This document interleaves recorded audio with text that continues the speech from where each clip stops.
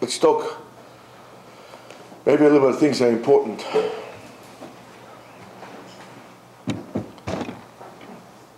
You're married, Baruch Hashem, right?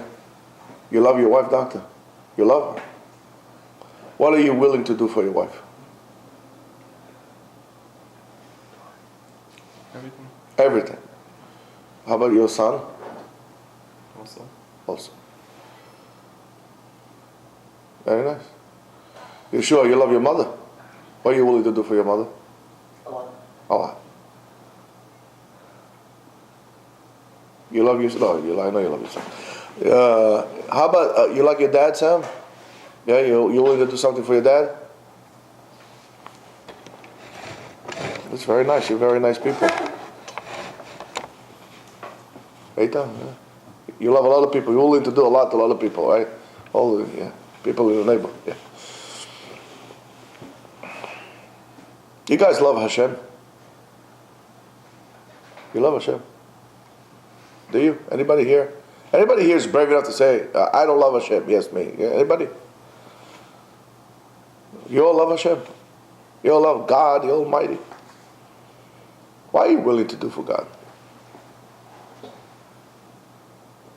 Is there anything are you willing to do for Him? Not that He needs anything from you. Are you willing to take something dedicated to HaKadosh Baruch Hu? I'm not talking about your life.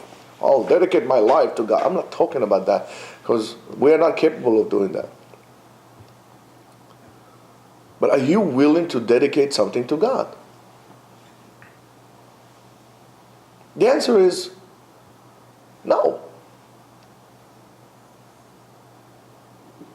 We all have one quality that is bad, two qualities, Are you willing to take out of the barrage of the inventory of bad deeds that we have, on things that we need to actually leave those bad? Let's not concentrate on bad. On things that we know that we need to improve upon. Is there something that you're willing to do and completely dedicate that improvement to God?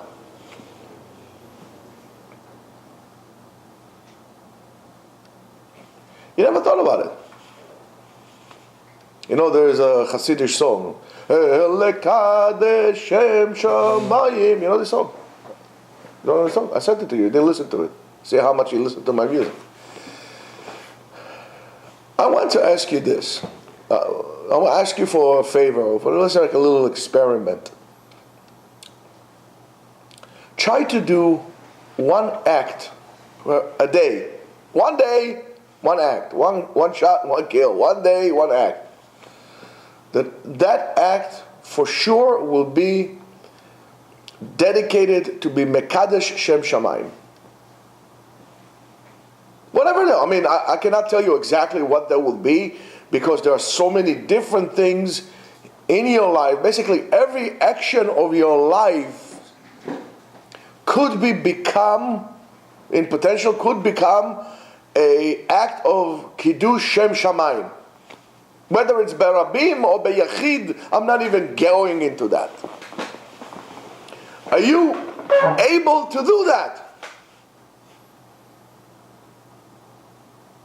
That action will be dedicated to glorify the name of Hashem in this world. One act.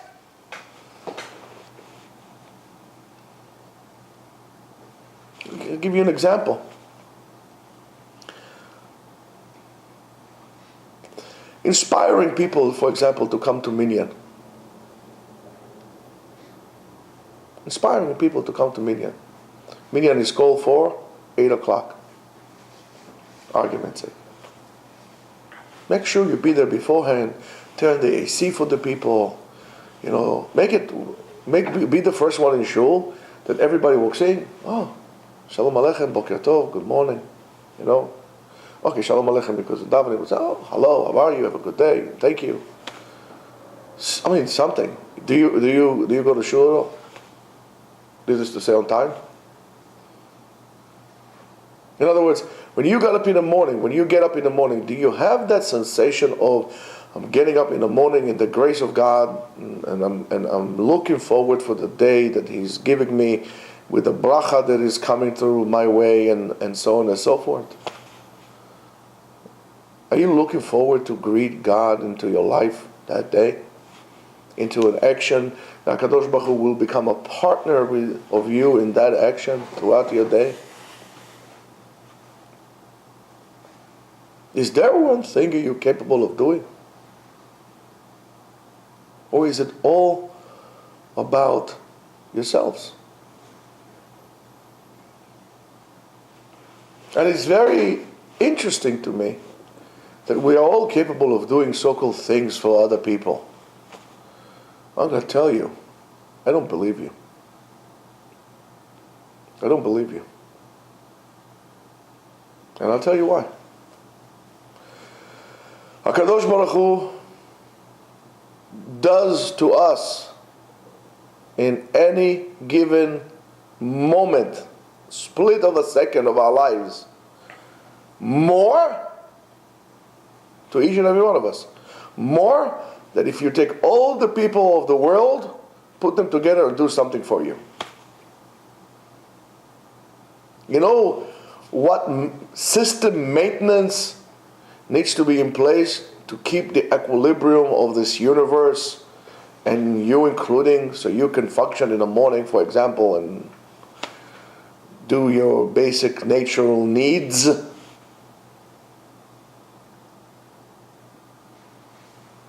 You never thought about it.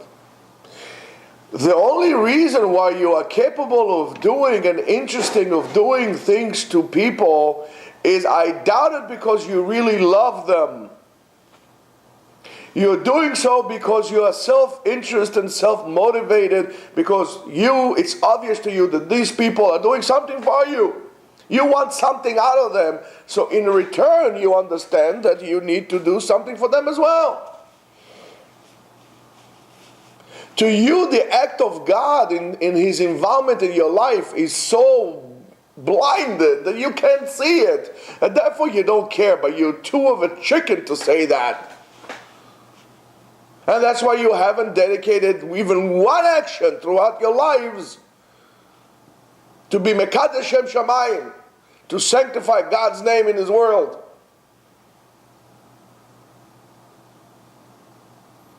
Oh, what kind of a people does He make us?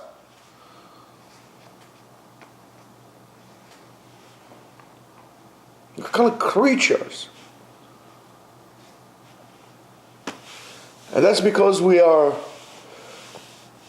really immersed in our ta'avot, in our desires, are wrapped around in our whole small and insignificant world that we call our lives. Meaningless life, a waste of life potential. I always think about standing in front of God and giving Him a report on our actions after we depart to the other world. How would you feel if before you get to meet God, you will be introduced to all the people, well, you over there do your work, you're introduced to all the people who died young and wanted to live fulfilled life, and for whatever reason their life ended short. And you, Baruch Hashem, was granted life, you're simply wasting it. You don't understand how precious life is. I'll give you an example. When I came to America, it was very strange for me to see how people behave with water. What do I mean? See a person brushing his teeth. So what do you do? How do you brush your teeth? First of all, why you brush your teeth? But never mind. Let's say it's very interesting, you know. The more you brush your teeth, the more cavities you have. So I think it's like a dentist conspiracy here. But anyway, you take your brush, you open the water, you wet the brush, it'll be pleasant on your teeth. You put your toothpaste and you brush your teeth, right? Right? That's what you do. You notice something is missing. What's missing? Close the faucet. Close the faucet. You don't cook, they leave it open. Water, Niagara Falls is going down. People do dishes, right? Do dishes in the middle, take the phone. Yeah, hello, how's the doggy? Water is going down, woohoo! Because there's abundance of water. You don't seem to care, and relatively cheap, so you waste it. You go to Israel, you take shower, 2-minute showers. There's no time because, and it's expensive, and you do the dishes, you soap all your dishes first, you don't put in the dishwasher. You do all the dishes first, you wash them, you rinse them, you wash them with soap, water is closed. After you stack up all the plates like this, all with soap, now you wash them one by one. And how you do so, you have a system.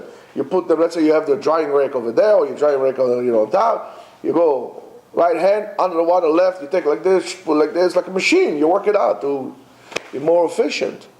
If I would tell you, that's because we do it the same way. If I would tell you, for example, listen, you only have X amount of lives to live, or X amount of years to live. It's not like you think that you're going to live forever and ever until 120. You're going to be like Moshe Rabbeinu, old with all this vigorousness and so on.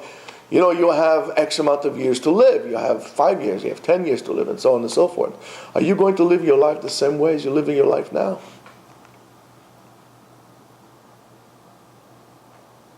Or are you going to dedicate your life to something much more meaningful, like, for example, Kiddush Shem Shamayim, to sanctify God's name in the world? Because there's no time. Rav Etzion Abba Shaul writes the following: the way to get out of all these desires, because that's what really kills us. Not the desires, okay, I have a desire to drink coffee. The desires that are out of control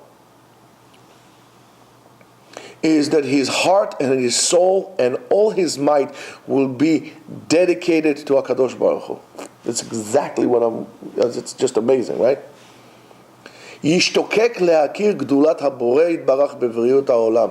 You should desire and yearn to see, to identify the greatness of God in the creation of the world. When you see water, you see trees, you see weeds, not that you smoke, the one that you grow, right? You see all those things. You look at your heart, you look at the world, you look all around you.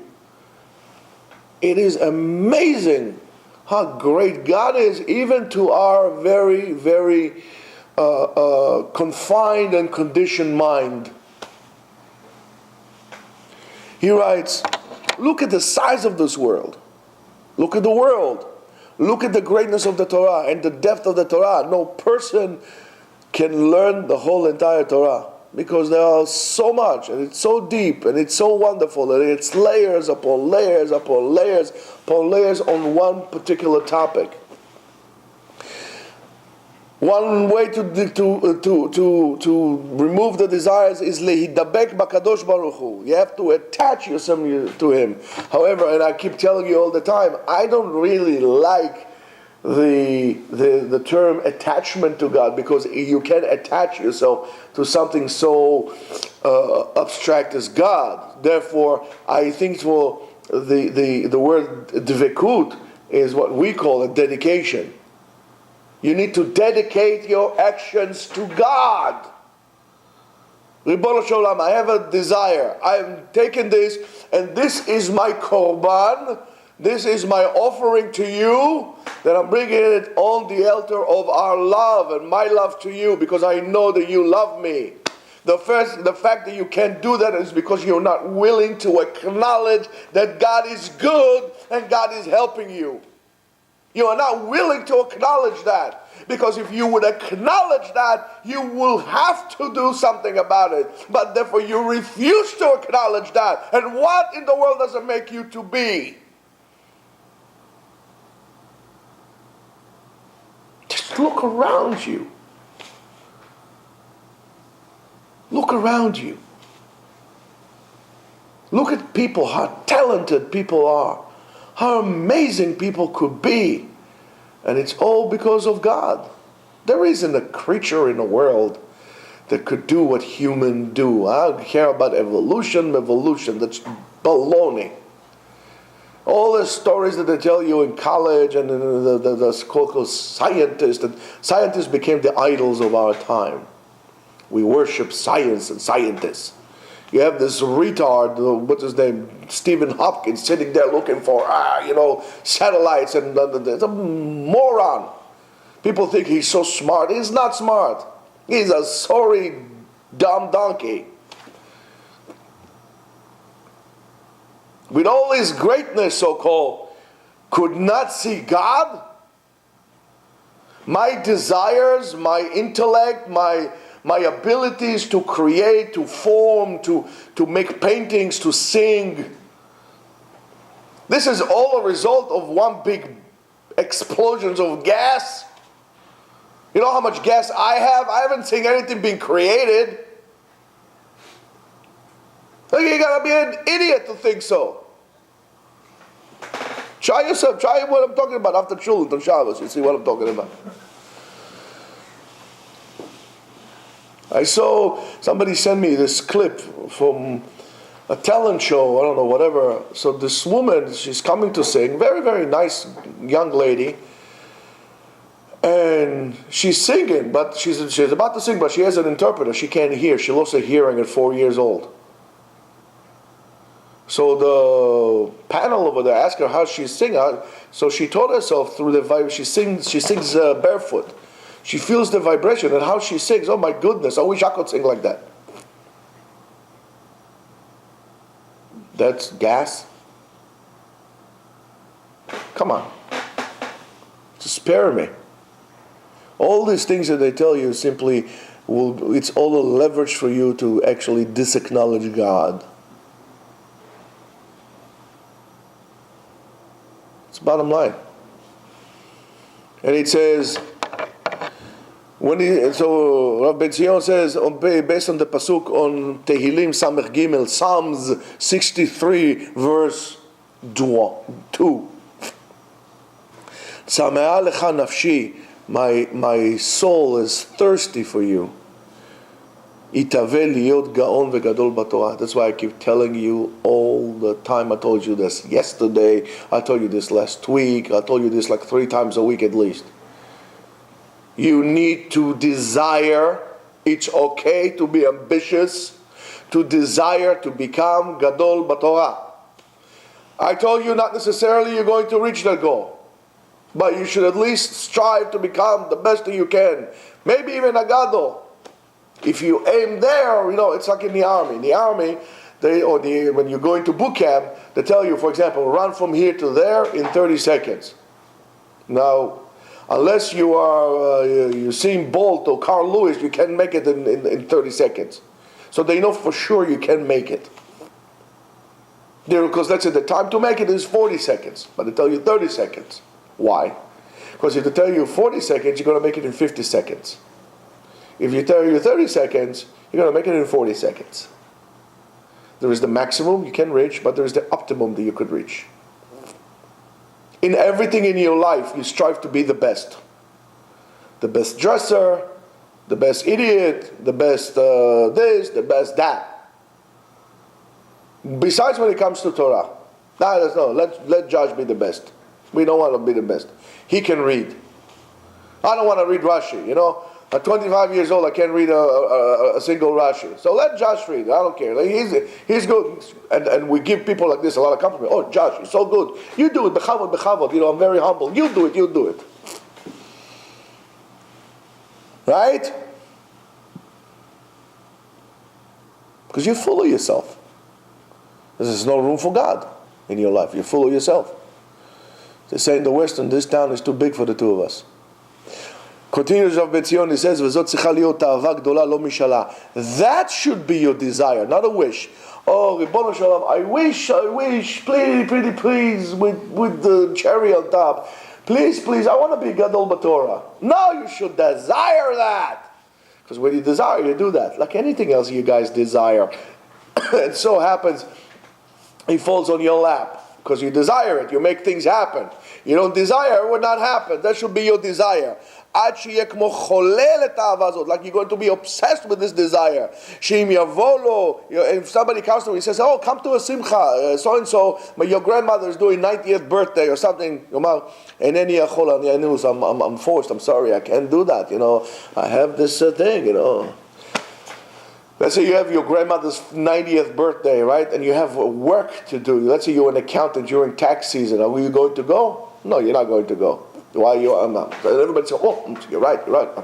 Work. Not a problem.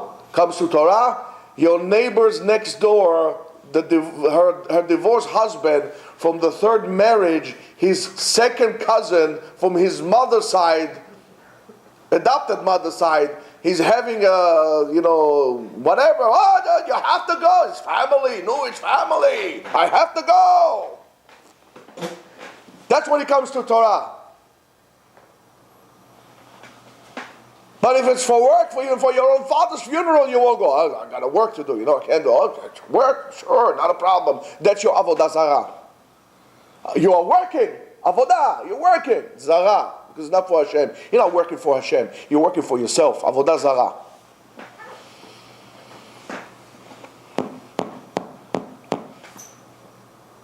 Think about it.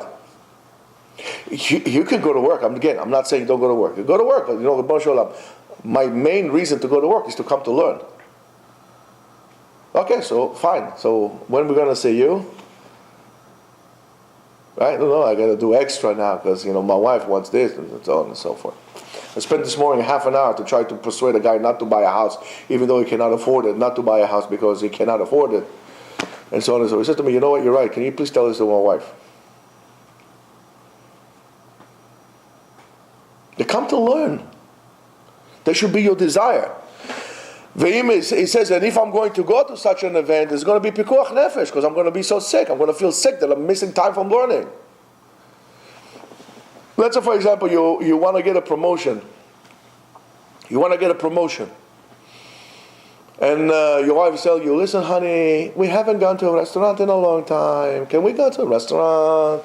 And you said to her, no, I can't. No. I said, okay, fine. What can you do? You're a weak person, so fine, we'll go. You're eating there the steak and you feel like somebody's cutting your own liver. You're eating it and you're sick because oh my goodness, what's going to happen? I have problems there. You want to enjoy such a meal. When you are about to give up Torah for anything else, you should feel sick to your stomach. Sick to your stomach. There's no taking my cousin to the park. There's no this, there's no that. Even if you have kids, Rabotai, Baruch Hashem, I have 7 kids. My kids knew. It's time for me to go to Yeshiva to learn. I went to Yeshiva to learn. That was it. And Baruch Hashem, my kids are learning too.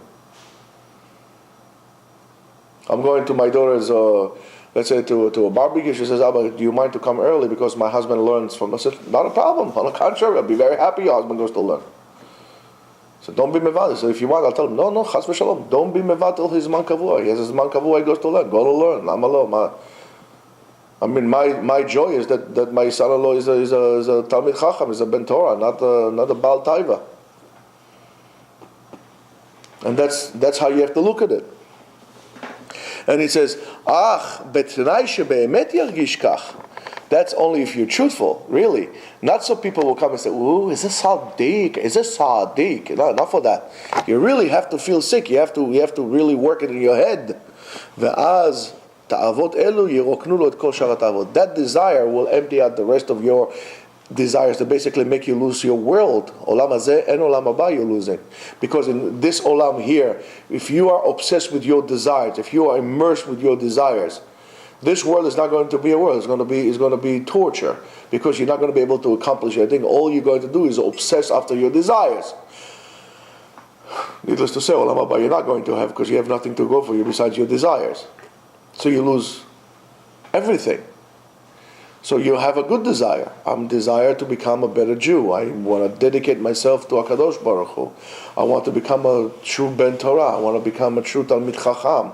I'm a truthful person. That's what I want to do. Mimela, there's no room because you can only have X amount of desires within you. So take this. We don't say don't have any desires. Because if I have no desires, guess what? So I have no desires to do anything. I'll be like those people who sleep 13, 14, 15, 16, 17 hours a day. And then they wonder why life is like this, right? That's no desire. Actually, that's a different case. But you know what I'm saying. People who desire absolutely nothing, they become absolutely nothing. But you should have desires, but you should sort out and be very selective over the type of the desire you have. So I have a desire to become a good person. I have a desire to become this. I'll become what I'll desire. Now you've got to make an assortment of all the things that you really truthfully desire. Please don't tell me, because then I will have to go to the mikveh for you. But make a list of all your desires that you really are. Don't write it. Don't put it in writing, because you don't know who's listening. But make a list of all your desires, and that will give you a very good idea of who you really are.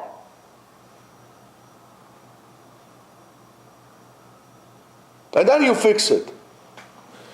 So he says, but you should know that ta'ava ba'alo la'adam ba'avu ahavat atzmo. You are absolutely in love with yourself. You don't love anybody but yourself. You're a self-centered narcissist. Shegufo mit'aneg midvarim elu. You desire the pleasures of the body. You're allowed to have some. But the reason why those things feel good, because otherwise the intellectual person would never do them. Whether it's sex or food or anything like this. You would never relax, you would never have kids, and you would never eat, because it's like a behemah. So HaKadosh Baruch Hu did us like chesed, give us a little bit of pleasure in them, but to be immersed with the pleasure is like eating the peppers, the spicy food, and not eating the meat. Well, I don't eat the meat, I just eat the vegetables, but with spicy. So you really are a narcissist. You love yourself. And it says, "Lachen mitaveh la'asutam." That's why you desire to do all these things. Aval mi she'oved et haboreh me'ahava. If you're worshiping Hashem and you establish your relationship with Hashem with love, ozev et ahavat atzmo ve'oseh hakol leman shmo itbarach. When you do that, you stop with your self-love and you actually dedicate your love to HaKadosh Baruch Hu, and therefore you could do whatever needs to be done to dedicate and to be mekadesh Shem Shamayim. Rabotai is a very, very important lesson. And do not be embarrassed to do this work in yourself. Don't be embarrassed to explain it to your friends. And please, feel free to use exactly what I told you. You don't even have to mention my name. Just mention what I read from Rav Ben Zion Bashol, because I cannot take permission from his words. But I can tell you have permission for me to use my words without even mentioning my names. Just please use it and explain it to your friends. Explain it to yourself. Because if it wasn't for that, we just have no hope whatsoever. And that is one of the secrets of Shabbat. We should leave all the things that we desire for. Washing, bathing, driving, etc., etc., etc. And we dedicate it for Shabbat. Shabbat is a chance for you to show yourselves how much this life is important to you. How much your love to HaKadosh Baruch Hu is important to you.